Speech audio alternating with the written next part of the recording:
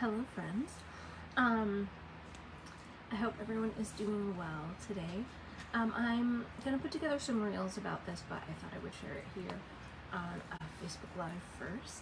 A lot of what, of course, David and I do is that we believe people are the most present in their life when they're feeling their best, physically, emotionally, and they have financial health. And so we are delighted that we get to spend a lot of time partnering with people who are making some big changes. But this message isn't for them. This live is for you if you are a person that has someone in their life that is making some sort of a behavior, lifestyle, habit change. So obviously the context that I am speaking most often to are people who are making nutrition changes, or they're changing or wanting to make changes around their habits, around their physical health. But this could absolutely apply if you have a loved one in your life that's trying to quit smoking, or wants to add running, or is trying to read more, or is trying to do savings.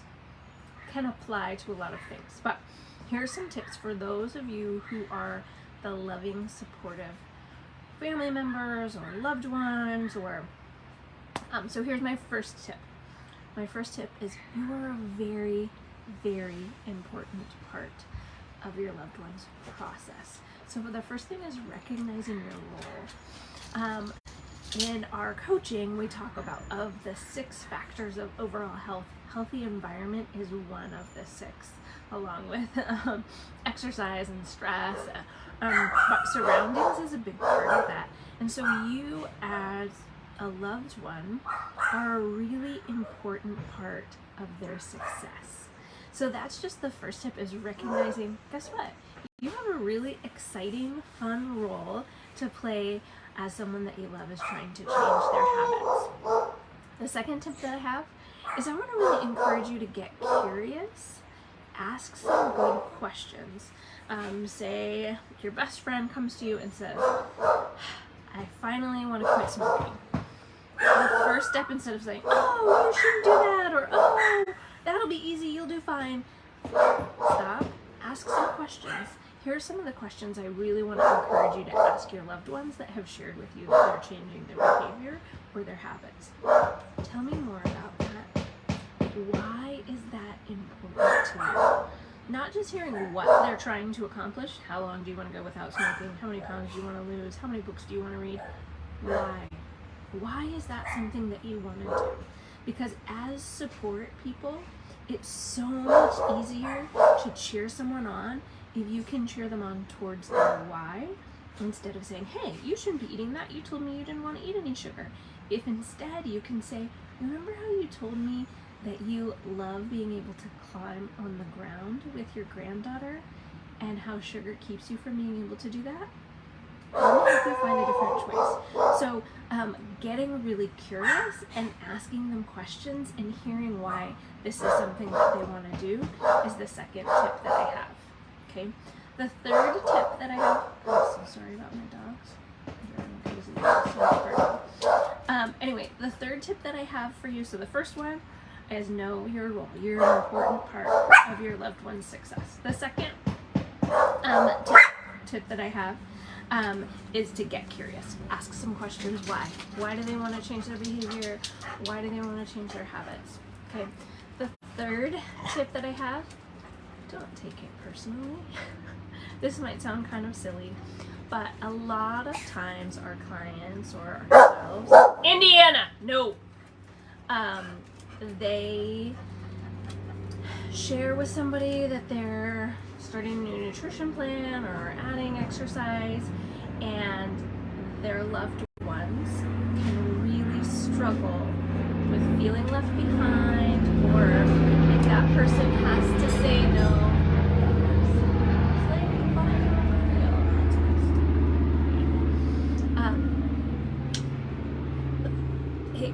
It can really hurt some of our loved ones' feelings when we're making behavior change. So if you're a support person, that's my other tip. Don't take it personally.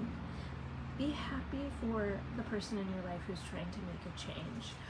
just because they don't eat your world famous cheesecake anymore, or just because they don't want to go to the bar with you anymore, or just because they would rather go for a walk than go to the ice cream place, or just because they're trying to watch less movies and they'd like to read a book instead, please don't take it personally. Be happy for the people that you love that they're making some changes, okay?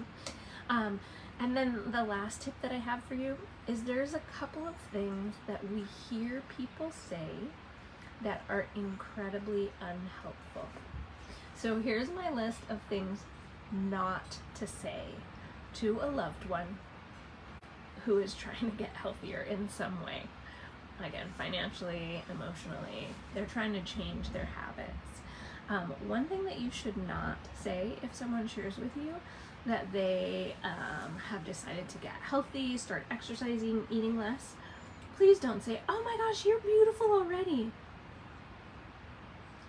While it's important that they know that you love them no matter what, if someone is trying to change their physical body, it rarely has to do with whether or not they believe that they're beautiful.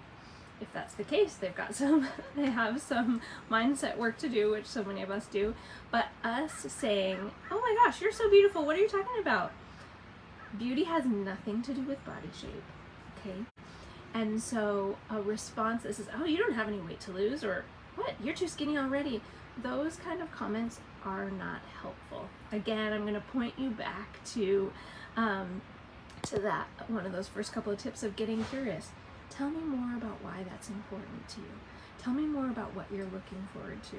If you have the relationship, tell me more about what kind of pain has moved you to this decision. Just saying, "You don't need to do that," is not helpful. Okay, another thing that's not helpful is coming alongside of someone and saying, "Oh, just one bite is okay." Supporting someone that you love to break a commitment that they've made with themselves is not supportive. Now, that does not mean if you see someone that you love that has told you that they're trying to eat healthier and they have a candy bar in their hand, you shouldn't smack it away. That's not what I'm saying. However, it is not helpful to say, "Oh, just one bite," or "You can have it, just a little bit, it's okay."